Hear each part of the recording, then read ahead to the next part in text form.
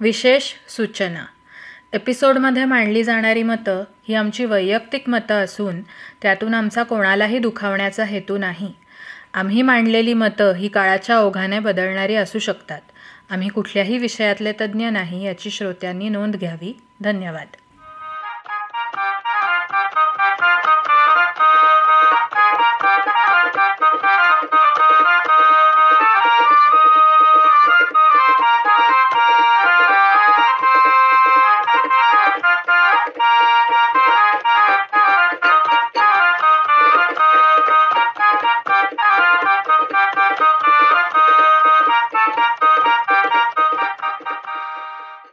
नमस्कार, मी संयुक्ता आणि मी मृण्मयी.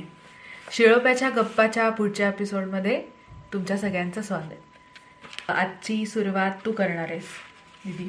हो. तर कशाबद्दल बोलणार आहेस तू? मी नुकतंच एक पुस्तक वाचलं, lady doctors the untold stories of India's first women in medicine. Kavita Rao म्हणून लेखिका आहेत आणि ऍक्च्युली माझा एक आवडीचा पॉडकास्ट आहे the seen and the unseen by Amit Verma. तर त्या पॉडकास्टमध्ये ह्या कविता राव आल्या होत्या आणि त्या त्यांच्या ह्या पुस्तकाबद्दल बोलल्या. म्हणून मग त्यांची मुलाखत ऐकून मला असं वाटलं की अरे हे पुस्तक वाचलं पाहिजे. अमेझॉनवर हे पुस्तक उपलब्ध आहे, किंडल आणि दोन्ही एडिशन्स मध्ये. तर ही लेडी डॉक्टर ही जी टर्म होती तर ती आपल्याकडे भारतामध्ये डफरिन फंड नावाचा, काउंटेस ऑफ डफरिन फंड असा हे होता, जो विमेन डॉक्टर्सना, विमेन इन मेडिसिनना हेल्प करायचा. आणि हेरिएट डफरिन नावाची त्यावेळच्या व्हॉइसराय जो होता भारतातला, त्याची बायको होती 1885 मध्ये. तर तिने तो सेटअप केला होता आणि त्यांनी त्यामुळे ती लेडी डॉक्टर्स ही पॉप्युलराइज झालेली टर्म आहे भारतामध्ये. आपल्या भारतातलं दुर्दैव असं आहे की भारतामधल्या पहिल्या लेडी डॉक्टर्स याबद्दल बरीचशी माहिती अमेरिका आणि ब्रिटन मधल्या लायब्ररीज मध्ये मिळते, पण भारतातल्या लायब्ररीज मध्ये फारसं काहीच सापडत नाही. म्हणजे मला इतक्या नव्या गोष्टी कळल्या भारतातल्या इन जनरल.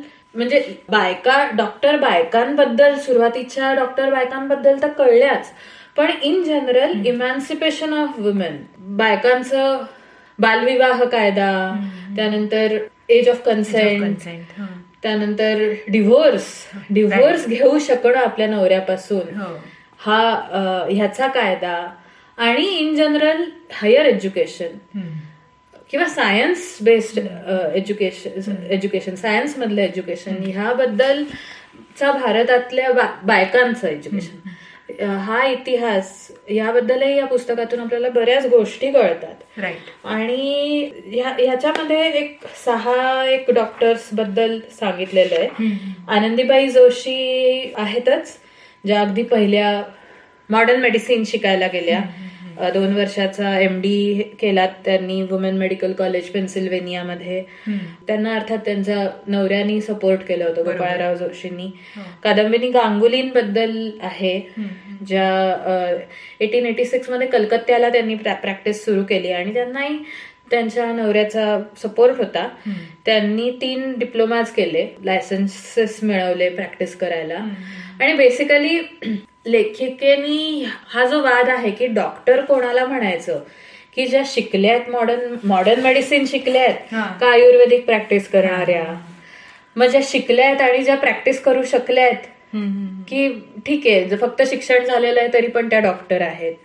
तर ह्या सगळ्याच्या पलीकडे जाऊन ज्या मॉडर्न मेडिसिन शिकल्या, ज्या वेस्टर्न मेडिसिन शिकल्या, त्यांच्याबद्दल लेखिकेनी लिहिलेलं आहे. तर अर्थात हे आनंदीबाई आणि कादंबिनी बाहेर जाऊन, आनंदीबाई US ला गेल्या, कादंबिनी एडिनबरामध्ये गेल्या होत्या. रखमाबाई राऊत ज्या होत्या त्याही MD झाल्या London school of medicine for women मध्ये. मोतीबाई कपाडिया नावाच्याही एक बाई होत्या, पण अनफॉर्च्युनेटली त्यांच्याबद्दल फार माहित नाही आहे, कारण काही डॉक्युमेंटेशन नाही. हे असं बऱ्याच बायकांबद्दल आहे आणि की डॉक्युमेंटेशनच नाही, त्यांच्या कामाचा काहीच कुठेच उल्लेख नाही.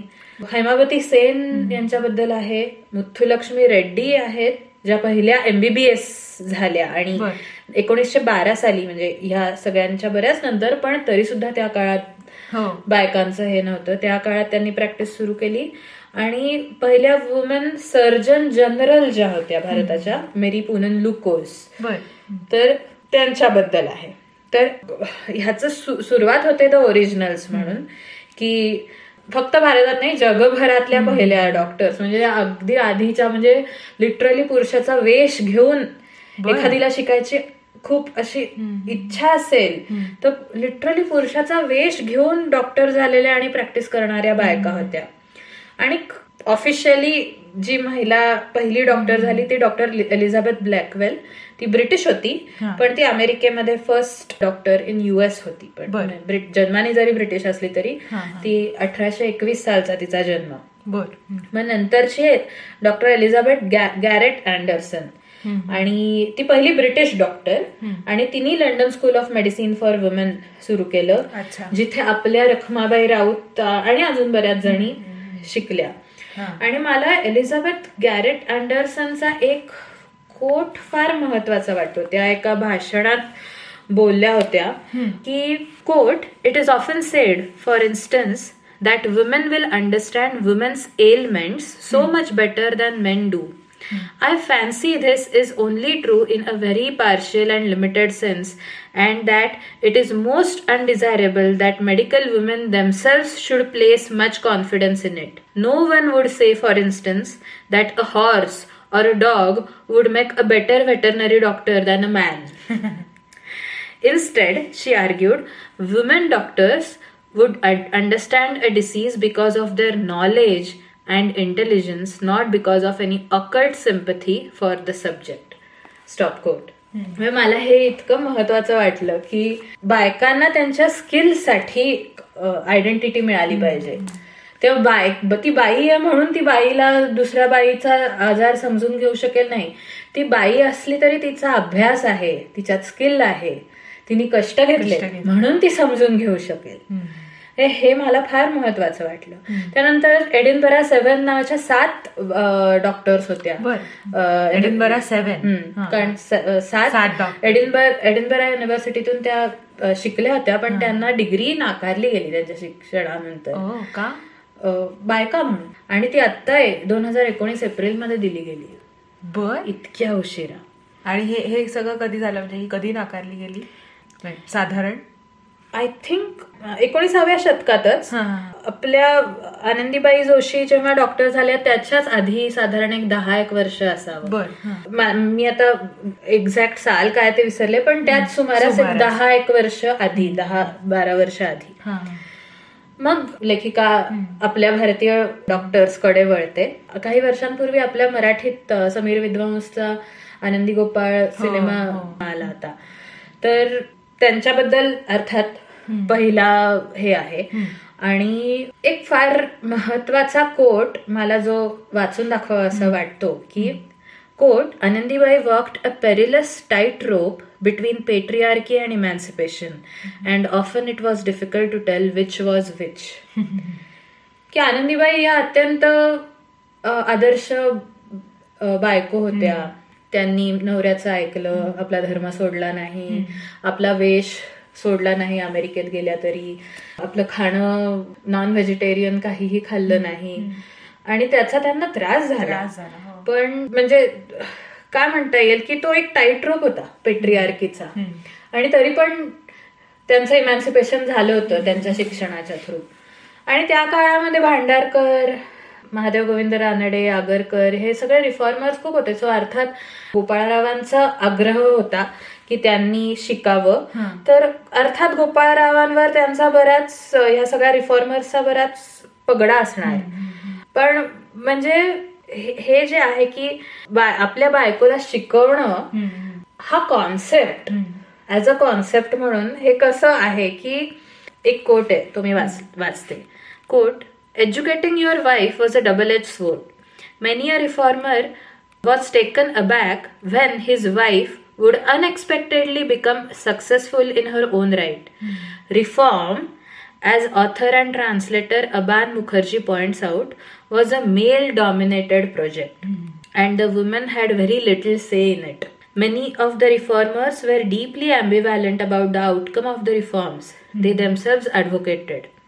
Such deep-rooted insecurity and anxiety led many reformers, such as Anandibai's husband Gopalrao Joshi, to backtrack from or vacillate between the orthodox and reformist camps, propagating the education of women and widow remarriage one moment and an extolling child marriage the next. म्हणजे त्या काळात तो काळ कसा होता हे आपल्याला कळतं त्या सगळ्यातून. मग नंतर मी आता आनंदीबाई जोशींबद्दल खूप डिटेल बोलत नाही, कारण मग पुस्तक कशासाठी आहे. वर्किंग मॉम कादंबिनी गांगुलींबद्दल आहे. कादंबिनी गांगुली 8 मुलांची आई, स्वतः भरतकाम वगैरे करायच्या. त्यांचा नवरा बराच मोठा होता त्यांच्यापेक्षा, तर त्याच्या आरोग्याच्या ज्या काही कुरबुरी होत्या त्यात काळजी घ्यायच्या. पण स्वतः she was the first practising woman doctor of India. तरी पण म्हणजे इतकं सगळं घरासाठी करून सुद्धा समाज त्यांना नावं ठेवायचं का? कारण शी गोज आउट आणि त्या काम करतात आणि त्या शिकलेल्या आहेत आणि त्या डॉक्टर आहेत आणि त्या पैसे कमवतात. त्यांचा जन्म आणि त्यांच्या लग्नामुळे त्यांना बराच ऍडव्हान्टेज मिळाला त्यांचं शिक्षण आणि त्यांचं करिअर हे करण्यात. आणि बंगाली रेनेसान्स जो होता आणि तो ब्रह्म समाज वगैरे त्या काळात असल्यामुळे त्यांचा तो एक फार मोठा त्यांच्याकरता सपोर्ट होता. द्वारकानाथ गांगुलींशी लग्न झालं होतं त्यांचं आणि त्या जेमतेम 31 वर्षाच्या होत्या आणि ते 39 वर्षाचे होते. त्यांना ऑलरेडी 2 मुलं होती. पण ते त्यांचे फ्रेंड, फिलॉसॉफर आणि गाईड होते. त्यांनी खूप सपोर्ट केला आणि त्यांचं एक म्युच्युअली सपोर्टिव्ह लग्न, एक त्यांच्यामध्ये वैचारिक एक हे होतं, काय म्हणता येईल, एक वैचारिक साधारण सेम लेव्हलचे असल्यामुळे त्यांच्यामध्ये त्या प्रकारचा एक प्रेम आणि सपोर्ट होता. आणि आता ते ब्राह्मो समाजातले होते तरी सुद्धा त्या ब्राह्मो समाजातले नुआन्सेस कसे की बायकांना एज्युकेशन तर दिलं पाहिजे, पण बायकांनी स्वतःसाठी एज्युकेशन घेऊन स्वतःच्या पायावर उभं राहणं हे जरा जास्तच प्रोग्रेसिव्ह होतं. पण बायकांनी शिकलं तर पाहिजे, कारण मग ते नवऱ्याची अर्धांगिनी आणि नवऱ्याच्या वैचारिक ह्याच्याशी मॅच झाली पाहिजे. मग नवऱ्याने बाहेर कुठे प्रॉस्टिट्यूट्स कडे जाता कामा नये आणि ते कुटुंब व्यवस्था एक नीट राहिली पाहिजे, म्हणून बायकांनी शिकलं पाहिजे. पण स्वतः करता बायकांनी शिकणं हे त्या ब्राह्मो समाजाकरता सुद्धा पुढारलेपणाच होतं. म्हणजे त्यातले सुद्धा ते काय नुआन्सेस जे होते, पण त्यांना सपोर्ट होता, त्यांच्या नवऱ्याचा आणि वडिलांचा सपोर्ट होता. पण मी जे डफरिन फंड बद्दल बोलले आधी, तो काही आनंदीबाई आणि कादंबिनी दोघींनाही काहीच त्यांना सपोर्ट मिळाला नाही. डफरिन फंड बद्दल म्हणजे क्वीन व्हिक्टोरियानी त्या व्हॉइसरॉयच्या ज्या बायको होत्या त्यांना विचारलं होतं की तुम्ही स्टार्ट कराल का अशी स्कीम, वुमेन्स मेडिकल एज्युकेशन इंडियामध्ये हे करायला. आणि 1885 मध्ये ती स्कीम सेटअप झाली होती आणि वुमेन्स हेल्थ केअर इम्प्रूव्ह व्हायला म्हणून त्याचं काम होतं. सो बेसिकली त्याचं इंटेन्शन खूप चांगलं होतं, पण ते फ्लॉड होतं जरा, कारण ते युरोपियन वुमेन डॉक्टर्सनाच ते फेवर करायचं. आणि व्हायचं काय की 1885च्या सुमारास साधारण खूप ब्रिटिश बायका डॉक्टर होत होत्या डझनावारी, पण त्यांना तिकडे नोकऱ्या मिळत नव्हत्या, तर त्या इकडे यायच्या आणि अत्यंत उत्तम डॉक्टर्स, पण नोकऱ्या मिळायच्या नाही. मग त्या इकडे यायच्या, मग त्यांना ह्या डफरिन फंड मध्ये फेवर केलं जायचं आणि त्यांना प्रचंड हायली पेड. आणि इंडियामधल्या ज्या त्या काळात हळूहळू डॉक्टर्स व्हायला लागल्या होत्या, तर त्यांना फारसा पगार मिळायचा नाही आणि त्या असिस्टंट्स आणि असं म्हणूनच काम करायच्या. पण कादंबिनी गांगुली 1893 मध्ये मुलांना बहिणीकडे ठेवून एकट्या एडिनबराला गेल्या, 3 लायसन्सेस मिळवले, काही महिने राहिल्या आणि मग त्या परत आल्या आणि मग त्यांची सुपरिटेंडंट म्हणून नेमणूक केली गेली हॉस्पिटलमध्ये. आणि तेव्हा त्यांना लेडी डफरिननी पत्र पाठवलं की म्हणजे खरोखर त्यांना एक आयडेंटिटी मिळाली की त्यांनी सपोर्ट एक्सप्रेस केला आणि त्यांनी रिअश्युअर केलं की नाही, आता आम्ही इंडियन वुमन डॉक्टर्सना कन्सिडर करू आणि त्यांनाही फेवर करू. नंतर कादंबिनी गांगुली राजकारणात आणि स्वातंत्र्य संग्रामात लेट 1890s मध्ये, कारण त्याही क्षेत्रात बायका कमी होत्या. आणि 1923 मध्ये लिटरली पेशंटला व्हिजिट करताना त्यांना मरण आलं कादंबिनी गांगुलींना. सो शेवटपर्यंत ऍक्टिव्ह होत्या. माझ्या अत्यंत आवडत्या ह्या सगळ्यामधल्या ज्या लेडी डॉक्टर्स मधल्या म्हणजे मी इम्प्रेस झाले ज्या बाईमुळे, ती म्हणजे रखमाबाई राऊत. रूल ब्रेकर असंच म्हटलेलं आहे तिला. रखमाबाई राऊतांनी कुठलंही आत्मचरित्र लिहिलं नाही आणि त्यांनी त्यांची पत्र पण जाळून टाकली आहेत. कदाचित त्या सगळ्या वाईट मेमरीज नकोत म्हणून असेल कदाचित, पण कुठलीच पत्र नाही आहेत त्यांची. आणि त्याच्यामुळे त्यांची अशी एक फ्रॅगमेंटेड इमेज आहे. आणि त्याही मराठीच, पण जो कॉन्ट्रास्ट आहे आनंदीबाई आणि रखमाबाईंमधला, तो एक जो प्रचंड दिसून येतो. त्याबद्दल एक छान कोट मला वाचायला आवडेल, लेखिकेने लिहिलेला quote. If Anandibai was one facet of Indian women, the comforting face of tradition, the radical Rakhmabai was the polar opposite. At the very time that Anandibai and Kadambini were supported by husbands, Rakhmabai was trying to get rid of hers. 1864 मध्ये जन्म झाला रखमाबाईंचा आणि वडील literally त्या 2 वर्षाचे असताना गेले. विधवा आईने परत पुनर्विवाह केला आणि जे त्यांचे step father doctor Sakharam Arjun, ते डॉक्टर होते. आणि ह्या सावत्र वडिलांचा त्यांना भक्कम पाठिंबा होता आणि प्रचंड प्रभाव या सावत्र वडिलांचा. आणि हे डॉक्टर सखाराम अर्जुन हे ग्रँड मेडिकल कॉलेजमध्ये शिकवायचे त्या काळात आणि बॉम्बे नॅचरल हिस्ट्री सोसायटीचे एक फाउंडिंग मेंबर्स पैकी एक होते ते. पण अनफॉर्च्युनेटली धर्माचा एवढा पगडा आणि रेटा त्या सगळ्या समाजाचा, त्यामुळे त्यांना त्यांच्या नाईलाजाने या छोट्या रखमाबाईचं लहान वयातच लग्न करायला लागलं दादाजी भिकाजी नावाच्या माणसाशी. आणि वयात आली की सासरी नांदायला जाईल या बोलीवर लग्न केलं. पण वयात आल्यावर गेली नाही रखमाबाई. आणि दादाजी भिकाजी अत्यंत व्यसनी आणि कर्जबाजारी आणि त्यांच्या काका नारायण धर्माजींबरोबर ते राहायचे. त्यांचंही असं काही फार चांगलं हे नव्हतं, चारित्र्य चांगलं नव्हतं आणि त्यांचा फार प्रभाव होता या दादाजी भिकाजीवर. तर त्या लहान रखमाबाईला प्रचंड ॲव्हर्जन आणि नकोसं झालेलं होतं ते त्यांच्याकडे जाऊन राहणं. आणि बेसिकली लहानपणापासून काय आहे की हे डॉक्टर सखाराम अर्जुन जे होते त्यांचे सुधारक लोकांबरोबर उठबस होती आणि त्याच्यामुळे ह्या रखमाबाई त्यांच्याकडून खूप गोष्टी शिकल्या होत्या, इंग्रजी शिकल्या होत्या. तर त्यांना नव्हतंच जायचं. आणि असंच कारण की हा काही माणूस हा इतका दारू पितो, त्याची इतकी कर्ज झाली आहेत, हा काय चांगला नांदवणार. शेवटी 20 वर्षाच्या असताना, म्हणजे त्या 20 वर्षाच्या झाल्या तोपर्यंत त्या गेल्या नाही, ताणत नेलं. मार्च 1884 मध्ये दादाजींनी त्यांना लिगल नोटीस पाठवली की आता तिने यायला पाहिजे. तर आधी हिच्या वडिलांनी आणि हिने सांगितलं की दादाजींनी चांगलं घर, चांगल्या कंडिशन्स त्यांना प्रोव्हाइड कराव्यात, मगच त्या येतील. पण नंतर फायनली स्टँड घेतला त्यांनी की लग्न झालं तेव्हा ते इतक्या लहान होत्या लग्नासाठी संमती द्यायला की त्यांना त्या नात्यासाठी कोणी जबाबदारच धरू नये. हा एक हिंदू फॅमिली सिस्टीम आणि बालविवाह पद्धतीला एक मोठा हादरा होता ना. तर पण वडिलांनी पाठिंबा दिला त्यांना त्यात सुद्धा. पण अनफॉर्च्युनेटली वडील थोड्याच दिवसात गेले त्यांचे, हे सावत्र वडील. त्यांनी 2 लेटर्स पाठवली टाइम्स ऑफ इंडियामध्ये ह्या लिगल प्रोसिडिंग्सच्या फॉलोअपसाठी आणि त्यांनी नाव नाही दिलं. अ हिंदू लेडी या नावाने त्यांनी पत्र पाठवली आणि ती प्रचंड ढवळून काढणारी सगळी घटना होती. पण तेव्हा त्यांना एक बहिरामजी मलबारी नावाचा पारसी एक कवी आणि लेखक आणि रिफॉर्मर होता, त्यांचा खूप एक मैत्री झाली त्यांची आणि त्यांनी फ्रेंड इन नीड म्हणलेलं आहे लेखिकेने त्याला. तर तो माणूस इंडियन स्पेक्टॅटर नावाच्या पेपरचा एडिटर होता, त्याने ते खूप सपोर्ट केला.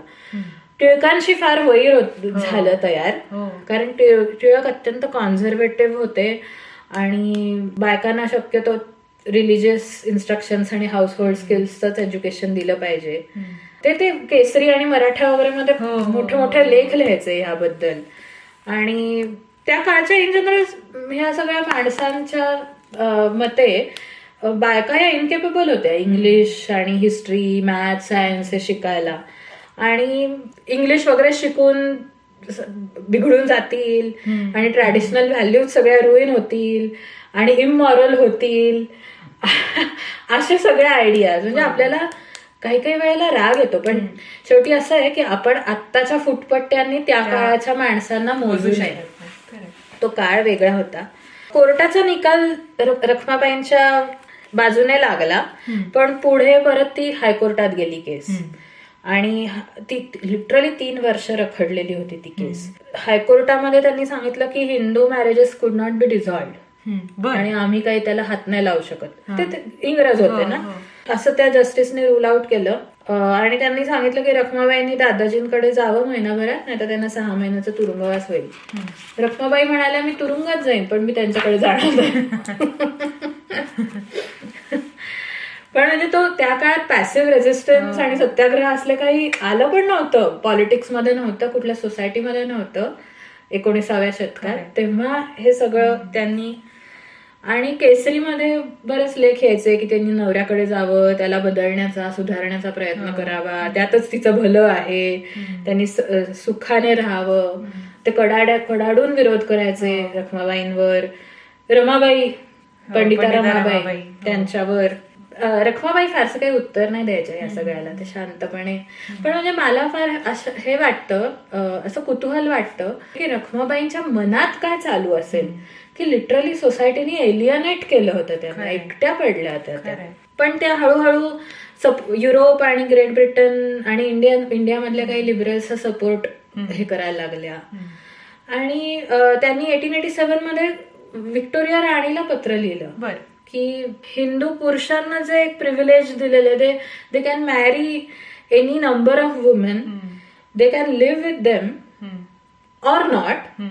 आणि ऑन द कॉन्ट्ररी बायकांना त्यांना काही रिमॅरी करता येत नाही आणि त्यांना नाही पण म्हणता येत नाही ज्या माणसाशी त्यांनी लग्न केले त्याच्याबरोबर राहायला, जर तो अब्युझिव्ह असेल तर.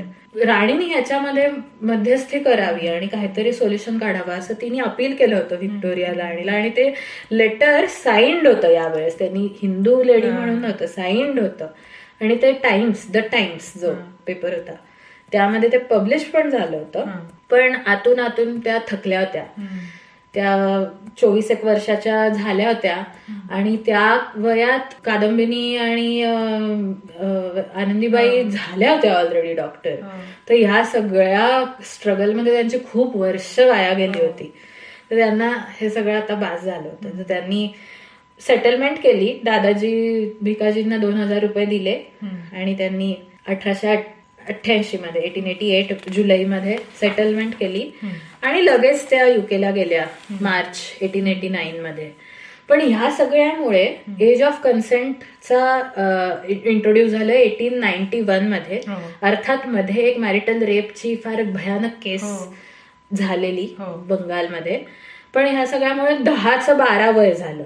पण ते मॅरेजसाठी नाही, कॉन्झुमेशनसाठी. ऍक्च्युली रिफॉर्मर्सला 16 वय हवं होतं, पण ह्या सगळ्या कॉन्झर्वेटिव्ह लोकांचा इतका विरोध होता की 10चं निदान 12 झालं त्या काळात. त्या युकेमध्ये मॅक्लॅरेन्स नावाचं एक कपल होतं, अत्यंत प्रोग्रेसिव्ह आणि श्रीमंत कपल. आणि वॉल्टर मॅक्लॅरिन तो मेंबर ऑफ पार्लमेंट होता आणि बायकांचं शिक्षण सपोर्ट करायचा. आणि इव्हा मॅक्लॅरिन त्याची बायको ती सफ्रॅजिस्ट होती. सफ्रॅजिस्ट म्हणजे युकेमध्ये बायकांचा राईट टू व्होट ह्याच्यासाठी भांडणाऱ्या बायका. आणि रायटर होती, वुमेन्स राईट्सची कॅम्पेनर होती. आणि त्या दोघांनी रखमाबाईंचं जगच बदललं. म्हणजे त्यांनी खूप रायटर्स आणि प्रोग्रेसिव्हना इंट्रोड्यूस केलं. आणि ह्या इव्हा मॅक्लॅरिनची स्वतःची एक खोली होती ज्यामध्ये ती स्वतःच जे काम होतं ते करायची. आणि हे फार नवं होतं रखमाबाईंकरता. आणि त्यांना असं वाटलं की this room of one's own seemed a thing worth fighting for. 1890 मध्ये ते London school of medicine for women मध्ये त्यांना ऍडमिशन मिळाली. त्यावेळेस त्या एलिझाबेथ गॅरेट अँडरसन ज्यांचा कोट मी वाचून दाखवला की बायकांना त्यांच्या स्किलनी ओळखलं गेलं पाहिजे, तर त्यावेळेस डीन होत्या. मग नंतर त्यांचं शिक्षण झाल्यावर त्या परत आल्या. सुरत मधल्या डिस्पेन्सरीमध्ये त्यांना चार्ज मिळाला डफरिन फंड थ्रू. आणि मग तिथे त्या 22 वर्ष चीफ मेडिकल ऑफिसर होत्या. त्यांनी स्वतःचा एक सपोर्ट ग्रुप तयार केला.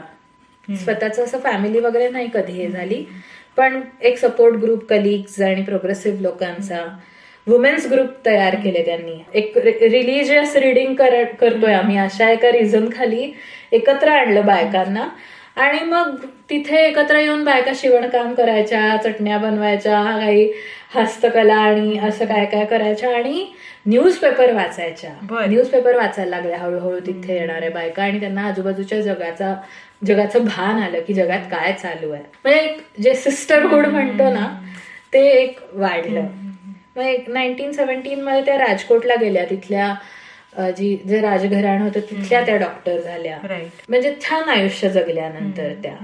पण त्यांनी लिहिलेलं आहे की म्हणजे त्यांना स्वतःला बाई डॉक्टर म्हणून इतर लोकांचा विश्वास मिळवायला किती त्रास व्हायचा. त्यांनी लिटरली एका बकरीला आणलं आणि ती प्रेग्नंट बकरी होती आणि तिचं कोकरू डिलिव्हर केलं. तर तेव्हा कुठे हळूहळू लोकांना विश्वास बसायला लागला.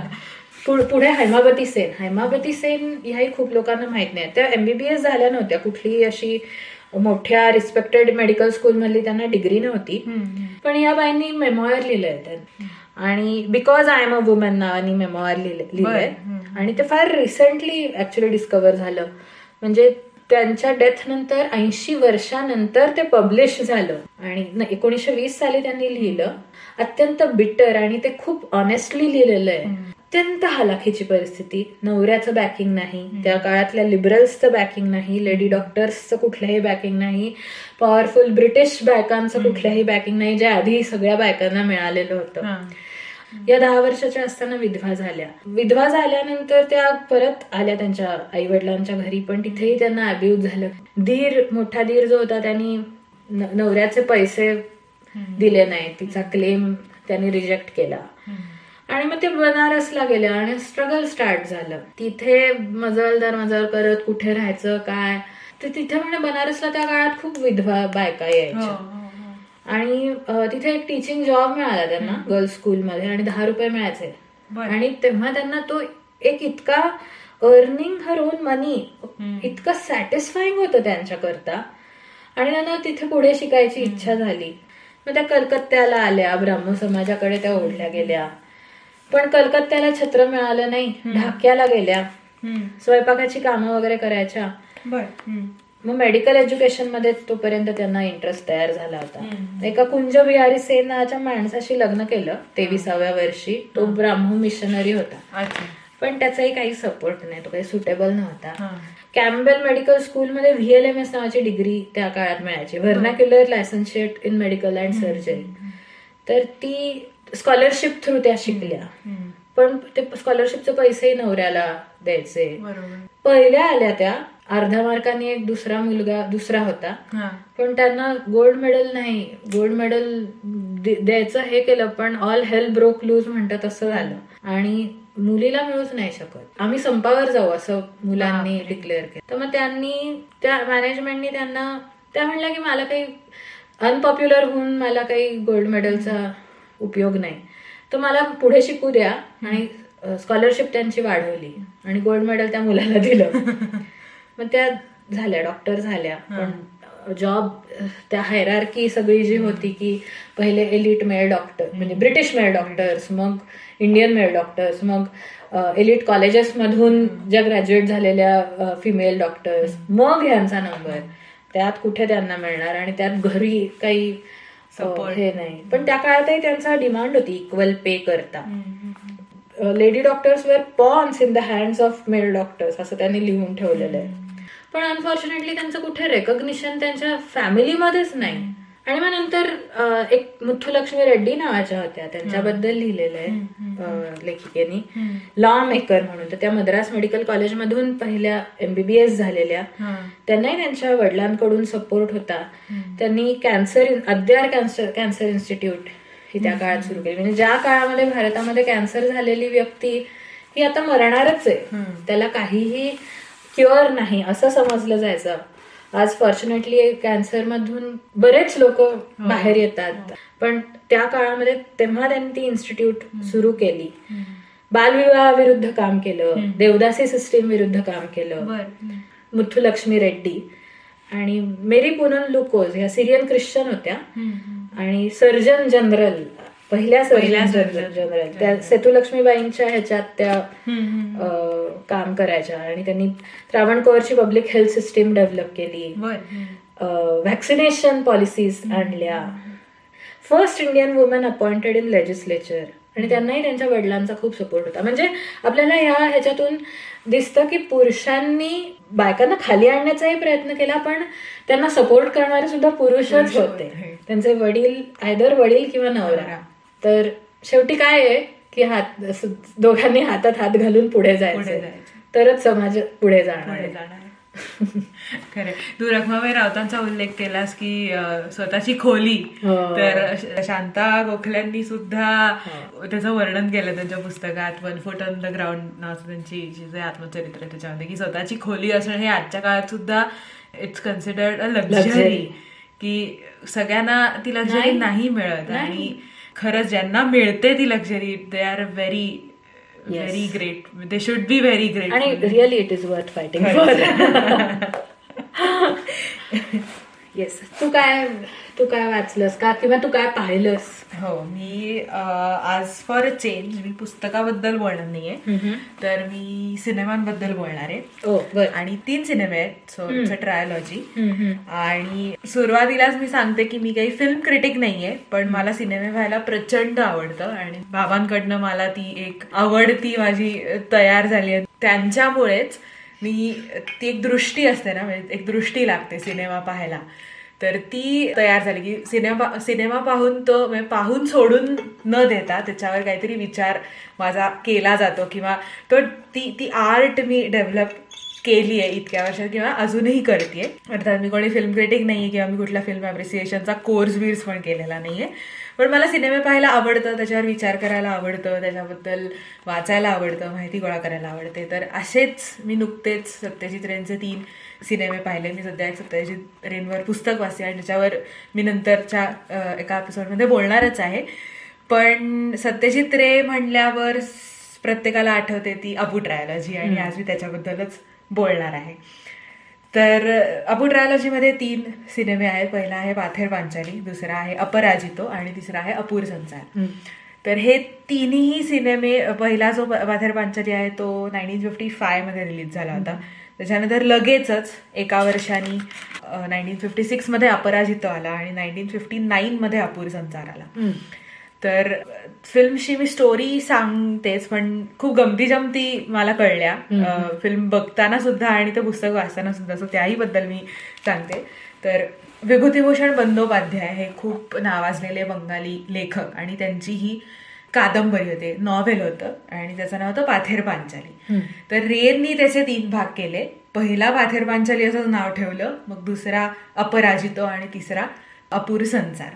आणि म्हणजे हे 3 सिनेमे इज अपू ट्रायोलॉजी. हे 3 सिनेमे ही अपू ट्रायोलॉजी आहे. तर पहिला जो पाथेर पांचाली आहे, तर त्याची अशी छान एक स्टोरी आहे की अपू आणि त्याची एक बहीण असते दुर्गा, आणि त्यांची ती गोष्ट आहे. आणि आई वडील आणि हे दोघं, आणि एक दूरची एक नातेवाईक, एक आजी असते, ती त्यांच्याबरोबर राहत असते. आणि अतिशय गरिबी, अतिशय हालाखीची परिस्थिती, आणि रोजचं 2 वेळचं अन्न सुद्धा कधी कधी मिळत नाही अशी परिस्थिती. आणि जमीन असते, पण काय भाऊबंदकीच्या भांडणात ती त्याचे काहीतरी केसेस चालू असतात, वाद चालू असतात, बरेच जमीन गेलेली असते. आणि ह्याचे वडील असतात, त्यांचं ना हरिहर असं आहे, तर ते भिक्षुकी करत असतात आणि पूजा सांगणं किंवा कुठेतरी एक नोकरी करणं त्याच्याशीच निगडीत असं त्यांचं ते एक चरितार्थ असतं. तर यात ही दोघं, अपू आणि दुर्गा, तर अपू अर्थात मुलगा, त्याच्यामुळे तो शाळेत जातो. मग ती दुर्गा त्याची मोठी ताई, मग ती त्याला तयार करणार, त्याला दूध देणार, त्याला सगळे त्याची शाळेची तयारी करून देणार, त्याची काळजी घेणार. आणि त्या दोघांचं एक छान आणि असं भावा बहिणीचं एक गोड नातं या पाथेर पांचालीमध्ये दिलंय. आणि होतं असं की पहिले त्या आजीचा मृत्यू होतो, मग दुर्गाचा मृत्यू होतो, आणि प्रचंड पाऊस पडतो, आणि त्या पावसामध्ये त्यांचं घर असं पक्क घर काही नसतं, आणि त्या असं झोपडी पण म्हणता येणार नाही, पण अतिशय जुनं असं घर, पडझड झालेलं घर असं असतं. आणि अतिशय वादळी पाऊस होतो, आणि त्या पावसात त्या घराची पूर्ण दुर्दशा होते. पडतं आणि शेवट असा दाखवलाय की हे 3 जण जे अपू आणि त्याचे आई वडील तर हे बनारसला निघून जातात आणि इथे सिनेमा संपतो. पुढचा जो भाग आहे की अपू मोठा होतो आणि मग त्यांचं बनारस मधलं आयुष्य हा दुसऱ्या भागात आहे अपराजितो मध्ये. तर मी असं ऐकलं होतं की सत्यजित रे अतिशय छान चित्र काढायचे आणि पूर्ण सिनेमातल्या प्रत्येक सीनवर त्यांची स्केचेस होती आणि ते आधी स्केच काढायचे आणि मग तसा सीन ते शूट करायचे. सो प्रत्येक सीनचा एक स्केच त्यांच्या वहीमध्ये काढलेलं असायचं. आणि असं म्हणतात की पाथेर पांचालीची कधीच अशी प्रॉपर स्क्रिप्ट नव्हती.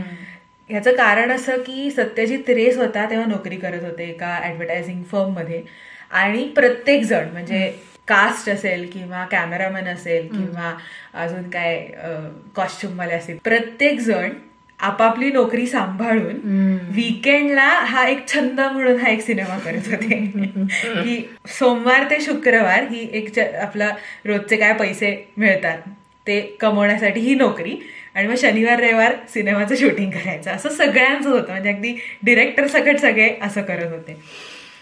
आणि मग प्रोड्युसर मिळवायचे कसे, कारण तसं पाहायला गेलं तर कादंबरी ही विभूतिभूषण बंदोपाध्यायांची ही कादंबरी पाथेर पांचाली ऑलरेडी फेमस होती आणि प्रत्येक बंगाली माणसाने वाचली होती वगैरे. आणि ज्यांनी सिनेमा पाहिले असेल त्यांना माहितीये की या ट्रायोलॉजीचा शेवट जो आहे तो काही हॅपी नाहीये किंवा प्रत्येक फिल्मचा शेवट हा काही हॅपी एंडिंग नाही, शोकांतिक आहे. त्यामुळे प्रोड्युसर्स पटकन पैसे द्यायला तयार व्हायचे नाहीत. तर हे काय करायचे की स्केचेस दाखवून, जे सीनची स्केचेस काढलेली असायची वहीमध्ये, ती स्केचेस दाखवून ते सिनेमा एक्सप्लेन करायचे आणि मग प्रोड्युसर्स मिळतायत का त्याची तजवीज करायची. तर सुरुवातीला बरेच कोणी प्रोड्युसर मिळत नव्हते, सगळेच नाही म्हणायचे कारण अर्थात शोकांतिका होती आणि कोणाला रिस्क ती घ्यायची नव्हती.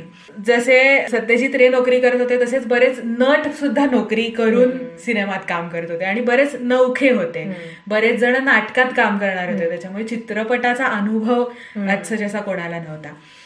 तर 1952 मध्ये या सिनेमाची शूटिंगला ऍक्च्युअल सुरुवात झाली आणि बोराल नावाचं एक गाव आहे कलकत्त्याच्या जवळ, एक 6 मैल दूर आहे कलकत्ता शहरापासून.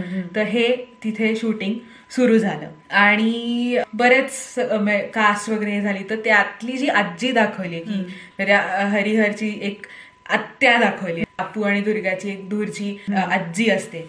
तर त्या कॅरेक्टरचं नाव इंदर ठाकूर. ते कॅरेक्टर जे आहे ते ज्यांनी अभिनय केला तर त्यांचं नाव होतं चुन्नीवाला देवी आणि त्या तेव्हा 80 वर्षाच्या होत्या आणि she was an actress of first decades of that century. Okay. इतक्या त्यांना अनुभव होता अभिनयाचा की कुठून तरी एखाद्या म्हाताऱ्या आजीला उचलून आणलंय असं नव्हतं. त्या ऍक्ट्रेस होत्या, त्या अभिनेत्री होत्या आणि त्यांनी सायलेंट फिल्म्स वगैरे मध्ये ऍक्टिंग केली होती आणि कलकत्त्याच्या रेड लाईट डिस्ट्रिक्टमध्ये ते राहायच्या. त्यांना भेटायला गेल्या आणि म्हणाले की असा असा सिनेमा करतोय तर तुम्ही कराल का काम. तर त्या म्हणाल्या की मला पैसे नाही दिले तरी चालेल पण मला अंगावर कपडे द्या. मला अंगावर कपडे द्या. आणि त्या बोलीवर त्या काम करायला तयार झाल्या आणि म्हणे त्यांना प्रत्येक बारीक प्रत्येक डिटेल माहिती असायचं की या एखाद्या सीन मध्ये शूट करताना माझ्या या हातात हे होतं, त्या हातात ते होतं. मग ते मिक्सअप झालं तर त्या सत्यजित रेंना सांगायचं की नाही थांबा मला ते बदलायचंय, माझ्या या हातात ही वस्तू होती, त्या हातात ती वस्तू होती असं. आणि एक खूप त्यांनी आठवण सांगितली आहे की एक मरायचा सीन आहे, म्हणजे त्यांचा त्या कॅरेक्टरचा मरायचा सीन आहे की ती आजी मरते. तर त्यांना सत्यजित रेंनी सांगितलं, त्या मुळात 80 वर्षाच्या होत्या आणि त्यांना असं कसं सांगायचं ना की उद्या तुमचा मरायचा सीन आहे. तर सत्यजित रेंनी ठरवलं की आपण शूटिंगच्या वेळेला त्यांना सांगायचं की आज असा सीन शूट करायचा. त्या शी वॉज व्हेरी कूल. तर त्या म्हटल्या की ठीक आहे. तर त्यांना झोपवलं त्या खाटेवर आणि बांधलं आणि त्यांना सांगितलं की तुम्ही झोपून राहा, तुम्हाला काही करायचं नाहीये. आणि सीन शूट करून झाल्यावर असं एक्सपेक्टेड होतं सगळ्यांनाच की आता झालं तर त्या उठतील, तर त्या उठेच ना. आणि असं सगळ्यांना एकदा असं तो एक धसका होता की या उठत का नाहीये, त्या काही रिस्पॉन्ड का नाही करत की त्यांना हाक मारली तरी त्या उठत नव्हत्या, त्यांना हलवलं तरी उठत नव्हत्या. आणि असं सगळे त्यांना हाक मारत होते, उठवत होते आणि एकदम अचानक त्या उठल्या आणि म्हणाल्या झाला का सीन शूट करून, मला झोप लागली होती, मला उठवलं का नाही. त्यामुळे त्यांना त्याचंही काही नव्हतं आणि शी वॉज सो काय म्हणूयात फ्लुएंट आणि त्यांचा वावरच इतका असा एक फ्लॉलेस होता. सो अशा या चुन्नीवाला देवी. जसं मी मगाशी सांगितलं की प्रोड्युसर्स मिळत नव्हते पाथेर पांचालीला, तर सत्यजित रेंची जी बायको होती तर त्यांचे दागिने गहाण ठेवले आणि थोडेसे पैसे जमवले आणि तेव्हा शूटिंगला सुरुवातीचे जे काही पैसे होते ते त्याच्यातून उभे राहिले. मग प्रोड्युसर मिळवण्याच्या नादात तेव्हाचे सीएम बंगालचे चीफ मिनिस्टर हे त्यांच्या आईच्या मैत्रिणीचे यजमान. तर त्यांच्या आईला असं खूप वाटत होतं की अरे आपला मुलगा सिनेमा दिग्दर्शित करतोय तर तो चालावा आणि त्याला पैसे प्रोड्युसर मिळावा कोणीतरी. तर त्या आईने त्यांच्या मैत्रिणीला सांगितलं की माझा मुलगा हे करतोय तर सरकारकडनं काही मिळेल का मदत. ती मैत्रीण म्हणाली की ठीक आहे मी विचारते माझ्या नवऱ्याला.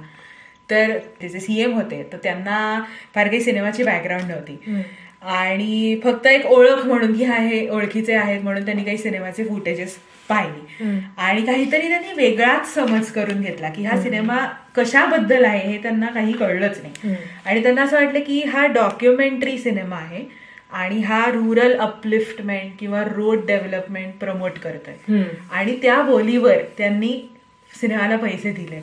आणि नाव पण असं होतं पाथेर पांचाली. पाथेर इज रोड आणि पांचाली म्हणजे song, so the song of road असं त्याचं ट्रान्सलेशन होतं. तर नाव पण तसंच होतं आणि त्यांना असं वाटलं की हा सिनेमाच्या शेवटी असं दाखवतील की कसं बंगाली समाज आणि बंगाली गावं अपलिफ्ट होत आहेत सो असं काहीतरी असेल म्हणून ते हो म्हणाले. तर थोडेसे पैसे तिथून आले होते. असं खूप काय काय करत करत ते पैसे जमा झाले आणि सत्यजित यांना पाथेर पांचालीच्या याला भीती अशी होती की म्हणे त्यांनी असं लिहिलंय की 3 गोष्टी घडल्या नाहीत म्हणून पाथेर पांचाली घडला. तर पहिली गोष्ट काय तर चुन्नीवाला देवी ज्या होत्या ज्यांनी त्या आजीचं काम केलंय त्या गेल्या नाहीत. छोटा अपू होता त्याचा आवाज फुटला नाही आणि जी दुर्गा होती ती मोठी झाली नाही. म्हणजे या 3 गोष्टी घडल्या नाहीत म्हणून पाथेर पांचाली घडला असं ती भीती त्यांना होती. आणि काही काही म्हणजे पाथेर पांचाली ज्यांनी पाहायला असेल तर पंडित रविशंकरांची सतार आहे बॅकग्राऊंडला थ्रू आउट द फिल्म आणि अतिशय सुंदर. अर्थात पंडित रविशंकर म्हणल्यावर हॅट्स ऑफ असंच ती व्यक्ती होती. आणि पावसाचा सीन आहे आणि प्रत्येक सीनसाठी त्यांनी काय म्हणतो विचार करणं की त्या सीनला कुठलं म्युझिक सूट होईल. कारण बोल नाहीत फक्त म्युझिक आहे, गाणं आहे असंही नाही. त्याच्यामुळे सुरांनी खूप काही डिलिव्हर इमोशन्स रस तयार करायच्या, त्या इमोशन्स डिलिव्हर करायच्या होत्या. तर त्यांनी इतका पंडित रविशंकरांचा अभ्यास होता की एक पावसाचा सीन आहे तर त्याला राग देस वापरलाय. त्याच्यानंतर दुर्गाचा मृत्यू होतो त्याला राग तोडी वापरलाय. त्याच्यानंतर मुलीचा मृत्यू झाल्याचं पाहून आईला होणारं जे दुःख आहे त्याला राग पटदीप वापरलाय. सो असा इतका त्यांचा अभ्यास होता. आणि सुरुवातीला बॉक्स ऑफिसवर हा चालला नाही आणि खूप म्हणजे ऑलमोस्ट वर्षभरानंतर लोकांच्या लक्षात यायला लागलं की असा सिनेमा आहे आणि अतिशय उत्कृष्ट असा सिनेमा आहे. आणि जनरली इवन टुडे अजून सुद्धा आपण एखादी शोकांतिका असेल तर आपण पटकन आपल्याला बघायला धजावत नाही आपलं मन, विच इज व्हेरी नॉर्मल. पण ऑलमोस्ट तोपर्यंत पाथेर पांचालीला अवॉर्ड्स वगैरे मिळायला लागले होते US मध्ये, फ्रान्समध्ये वगैरे. आणि त्याच्यानंतर भारतातल्या लोकांना हे लक्षात आलं की अच्छा ही अतिशय एक उत्कृष्ट अशी फिल्म आहे आणि ती आपण बघितली पाहिजे. तर काही सीन्स मला अगदी उल्लेख करायला आवडेल पाथेर पांचाली मधल्या की जेव्हा शेवटच्या सीनमध्ये ते निघून जातात अप्पू आणि त्याचे आई वडील. काही काही सीन्स आपल्याला असा काय म्हणतो एक वाव असं एक हे होतं की शेवटच्या सीनमध्ये असं दाखवलंय की एक साप त्यांच्या घरात शिरतो आणि मला ते इतकं सिम्बॉलिक वाटलं की साप घरात शिरणं आणि घरात कोणीही नाहीये, घराची प्रचंड दुर्दशा झालीये, प्रचंड पडलंय घर आणि साप घरात शिरतोय असा एक सीन आहे. म्हणजे आता ते काळाच्या पडद्याआड जाणार आहे असं. That was a very symbolic scene. त्याच्यानंतर दुसरा एक त्याच्यामधला सीन आहे की गोष्टीत असं दाखवलंय की दुर्गा जी असते ती तिच्या एका मैत्रिणीची माळ चोरते आणि तिला तिची आई विचारते की तू चोरलीस का, किंवा जिची माळ असते ती त्या मुलीची आई भांडत घरी येते आणि ती म्हणते की तुमच्या दुर्गानेच चोरली आणि त्या ती नाही म्हणते. आणि मग ती जाते आणि मग ते वादळी पाऊस होतो, त्यांचं घर बीर पडतं आणि असं ठरतं की ते आता बनारसला जाणार आणि सगळ्या घराची आवराआवरी चालू असते. आणि अपूला त्या शेल्फवर त्यांच्या घरातल्या ती माळ सापडते आणि त्याला तो इतका प्रचंड धक्का असतो की तिचं काहीच नव्हतं त्या घरात, की जिचं स्वतःचं म्हणण्यासारखं असं काहीच नव्हतं आणि ती फक्त एकमेव माळ होती आणि ती आता राहिली आहे. आणि असं दाखवतंय की अप्पू त्यांच्या घराच्या पुढच्या बाजूला एक तळं असतं आणि त्या तळ्यामध्ये ती माळ फेकून देतो आणि त्या तळ्यावर पूर्ण जी पाण वनस्पती जी नॉर्मली तयार होते तर ती असते आणि ती फेकल्यानंतर ती माळ खालती जाते आणि फॉर दॅट मोमेंट ती जी वनस्पती आहे ती ते शेवाळ आहे ते बाजूला होतं आणि ते फेकल्यानंतर ते परत सेटल होतं. आणि तेही मला इतकं सिम्बॉलिक वाटतं की एखादी व्यक्ती जी शेवटची कुठली तरी वस्तू आणि ती पाण्यात फेकली आणि परत सगळं एक ते सेटल झालंय. सो असे काही काही सीन्स आहेत पाथेर पांचाली मधले जे मला प्रचंड आवडले. म्हणजे अर्थात त्या सीन्स किंवा इन जनरल त्या स्टोरीमुळे दुःखाची एक शॅडो येते. सो तसं तिन्ही फिल्म्स पाहून होतं, पण सीनसाठी म्हणजे त्यांना सिनेमे पाहायला आणि त्या दृष्टीने पाहायला आवडतात तर त्यांना पाथेर पांचाली नक्कीच आवडेल. दुसरा जो सिनेमा आहे अपराजितो, तर त्यामध्ये असं मग इट्स दॅट स्टोरी कंटिन्युअस की अप्पू आणि त्याचे आई वडील बनारसला येतात आणि मग तिथे त्यांचं वस्तान बसवतात आणि हळूहळू वडील नोकरी करायला लागतात आणि असंच म्हणजे शेअर्ड एका मोठा वाडा असतो आणि एक खोली त्यांची असते आणि एक स्वयंपाकघर असतं आणि तिथे ते राहत असतात आणि अचानक वडिलांचा मृत्यू होतो, अप्पूच्या वडिलांचा मृत्यू होतो. मग आई कामाला लागते आणि मग ती एका जमीनदाराकडे स्वयंपाक करायला लागते आणि तो त्या दोघांच्याही आयुष्यात त्याची आई आणि अप्पू या दोघांच्या आयुष्यात आलेला तो एक डेड एंड असतो की आता बहीण गेलीये, वडील गेले, परत तर जाऊ शकत नाही आपल्या मूळ गावात कारण तिथे काहीच राहिलेलं नाही, ना घर राहिलंय ना जमीन राहिली, काहीच राहिलेलं नाही. मग कोणीतरी लांबचे नातेवाईक त्यांना भेटायला येतात आणि त्यांना राहायला बोलवतात की तू आमच्याकडे येऊन राहा. कोणीतरी आधीच्या त्याच्या आईचा एक कोणीतरी एक भाऊ असतो तो राहायला बोलवतो आणि सगळ्यांची अशी इच्छा असते की अपूने वडील भिक्षुक असतात तर अपूने सुद्धा भिक्षुकी शिकावी आणि तेच पुढे कंटिन्यू करावं अशी सगळ्यांची इच्छा असते.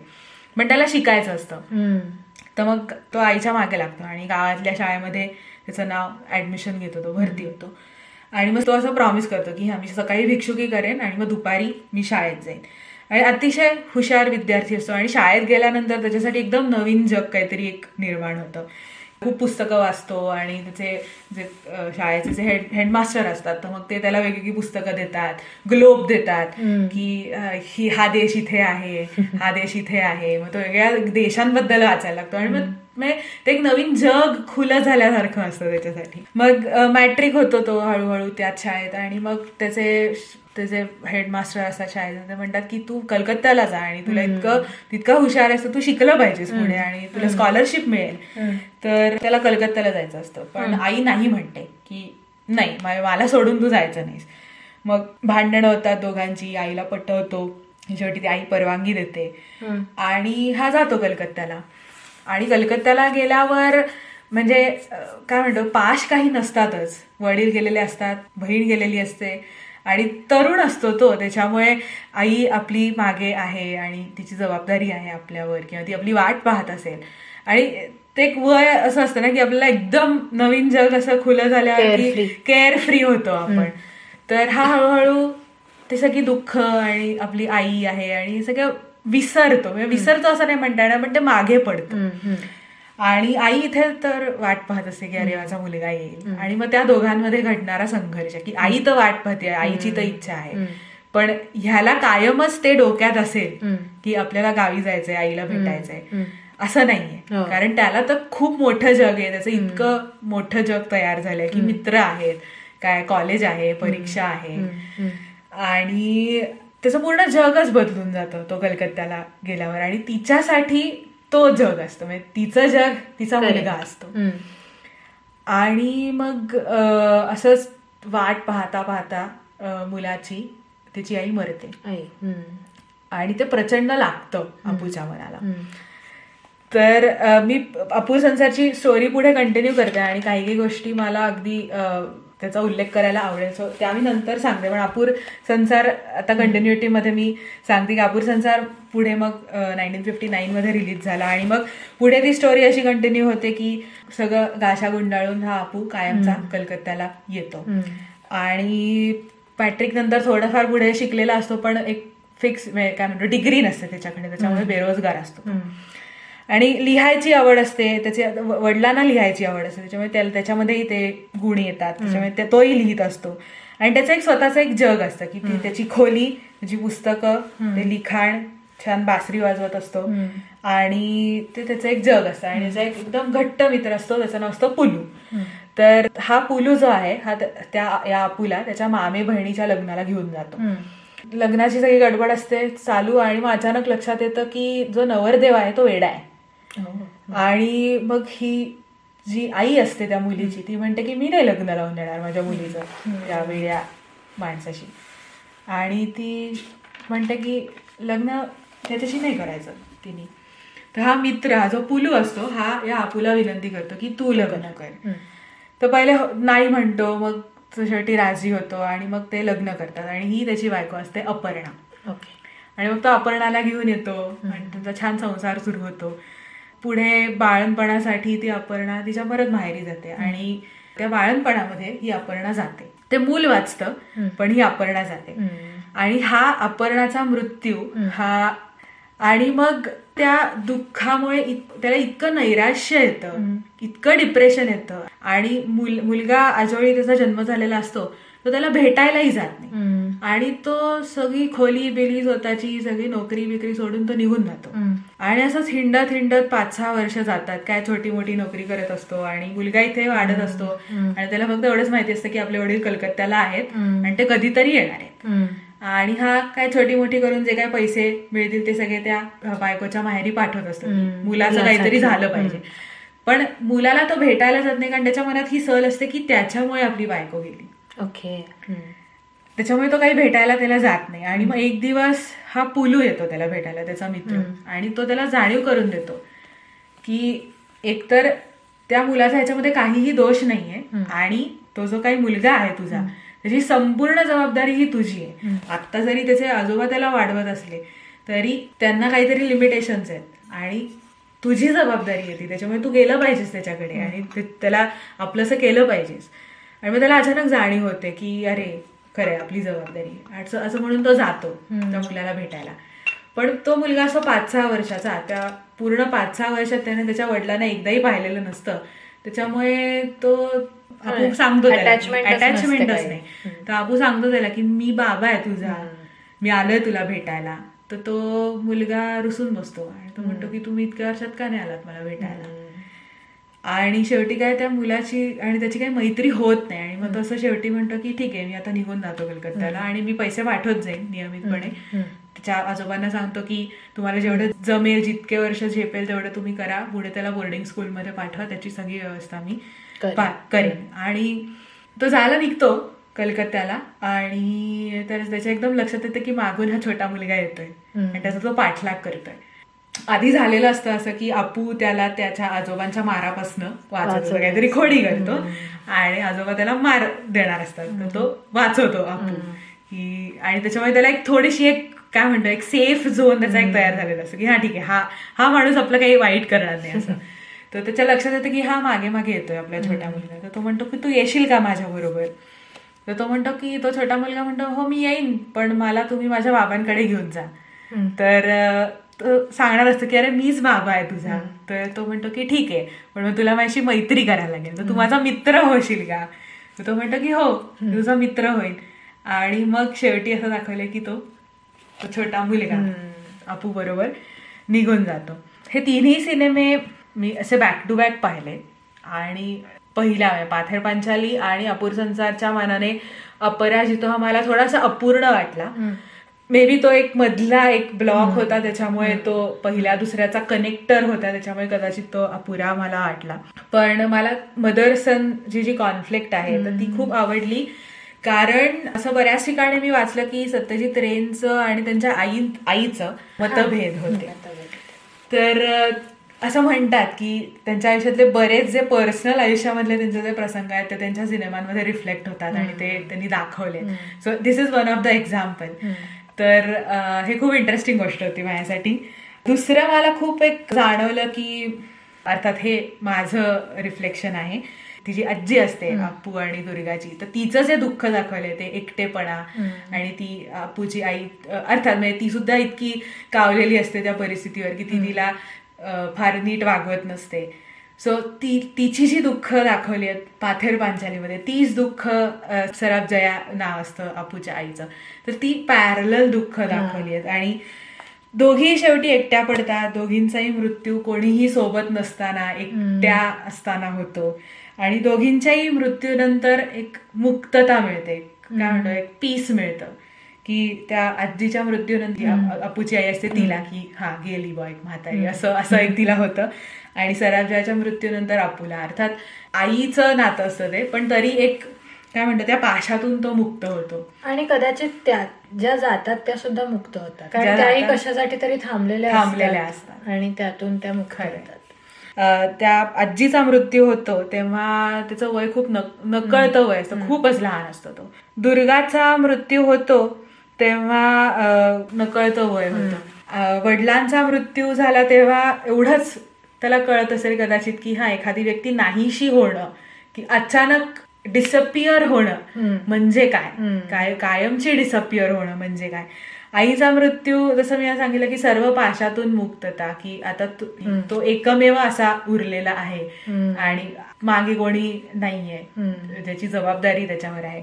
आणि अपर्णाचा मृत्यू मला असं वाटतं की that was epitome of sadness, की इतकं दुःख असूच शकत नाही किंवा आपली एक सहचारिणी, एक आपली पार्टनर म्हणून आपण जिला आपल्या आयुष्यात आणतो आणि एकमेव राहिलेली व्यक्ती आणि तिच्याबरोबर आपण इतकी स्वप्न पाहिलेली असतात की आता छान बाळ होणार आहे आणि तिचं जाणं, की that was epitome of sadness. आणि इतकं दुःख होतं त्याला की सगळं सोडून निघून जातं, की मुलगा पण नकोसा होतो त्याला, की इतकं दुःख. आणि जसं मी आधी सांगितलं की तिन्ही चित्रपट भारतात उशिरा अप्रिशिएट झाले आणि मला असं वाटतं की आधी अप्रिशिएट व्हायला हवे होते, पण ठीक आहे, बेटर लेट दॅन नेव्हर. आणि 1956 मध्ये कान्सला पाथेर पांचालीला पाठवायला प्रचंड विरोध झाला होता, कारण असं म्हणणं होतं की तो गरिबी दाखवणारा चित्रपट आहे, की भारताची गरिबी का दाखवायची, का जगाला दाखवायची. पण तरी तो पाठवला आणि स्पेशल स्क्रीनिंग झालं त्याचं आणि कान्समध्ये 1956 मध्ये बेस्ट ह्युमन डॉक्युमेंटरीचा अवॉर्ड मिळाला पाथेर पांचालीला. त्याच्यानंतर अपराजितोला 1957 मध्ये गोल्डन लायन व्हेनिसचा अवॉर्ड मिळाला. आणि रेनच्या मते त्या पुस्तकात असं दिलंय की अपराजितोमध्ये बऱ्याच टेक्निकल फेल्युअर्स होत्या आणि कमतरता होत्या, पण तरी सुद्धा it was one of the best movie of, माझ्या मते तरी it was one of the best movie of Satyajit Ray. आणि अपराजितो इव्हन बंगाली मध्यम वर्गाला सुद्धा आवडला नाही, कारण फार त्याच्यामध्ये की सरळसोट आयुष्य आणि जे नॉर्मलाइज केलेलं आयुष्य आहे ते फार त्याच्यामध्ये दाखवलेलं नाहीये, म्हणून तो कदाचित आवडला नसावा बंगाली मध्यम वर्गाला. हे 3 सिनेमे आणि नक्की पहा, ज्यांना एस्पेशली ज्यांना सिनेमे आवडतात त्यांनी तर रेनचे सगळे सिनेमे पाहिले पाहिजेत, जे मी आता पाहतीये. पाथेर पांचाली आणि अपूर संसार तर मी नक्की रेकमेंड करेन. पण हे सिनेमे युट्यूबवर सबटायटल सकट आहेत? हो हो हो, हे सिनेमे युट्यूबवर सबटायटल सकट उपलब्ध आहेत. तिन्ही सिनेमे उपलब्ध आहेत आणि मी नक्की पाहिजे. येस, नक्की पहा. आणि कारण बंगाली येत नाही तर सबटायटल्स असली पाहिजे. हो हो, अर्थात, पण हे जरूर पहा. सत्यजित रेंना खरंच सलाम. आपला एपिसोड आज बराच मोठा झालाय. खूप आपल्या मनाच्या जवळचे विषय होते दोन्ही. आता आपण शेवट करूया. विम कुलकर्णींची कविता आहे, छान कविता आहे. एक दिवस असा येतो, सारा मोहरा फिरून जातो. वाटत असते अंधाराची रात्र नाही उघडायची. वाटत असते जीवन म्हणजे गणिताचे लांबट पुस्तक. जुळत नाही साधे कोष्टक, भणभणून जाते मस्तक. रीत तर चुकली नाही, आकडा तर हुकला नाही. रात्र तशीच निघून जाते. एक दिवस असा येतो, कुठून तरी कवी येतो. जुळते गाणे गाऊन जातो. मीही हळूच हसून बघतो. गणितातून गाणे गातो. एक दिवस असा येतो, सारा मोहरा उडून जातो, एक दिवस असा येतो मनाचा पारा उडून जातो. आर पार दिसू लागते, माझेच भूत मला बघते. झाले काय गेले काय, गत काळाचे उलटे पाय. मिठी मारते मळली वाट, म्हणते पुन्हा उतर घाट. पोटामध्ये उठतो डोंब, खोल दरीत जळतो कोंब. तोच कोणी मागून येते, आपुल्या नाजूक नाजूक हाते. माझे डोळे झाकून धरते, मीही हळूच हसून बघतो. सारा मोहरा फिरून जातो. असा दिवस नसता तर कधीच मोडले असते घर. पण असे होत नाही, काळे पिसे राहत नाही. असा दिवस येतोच येतो, सारा मोहरा फिरून जातो. पॉडकास्टच्या प्रत्येक भागाची कव्हर इमेज ही शार्वेय सालकर याने रेखाटली आहे. प्रत्येक भागामध्ये वाचल्या जाणाऱ्या कवितेवर आधारित शार्वेय चित्र रेखाटतो. त्यासाठी त्याचे आभार.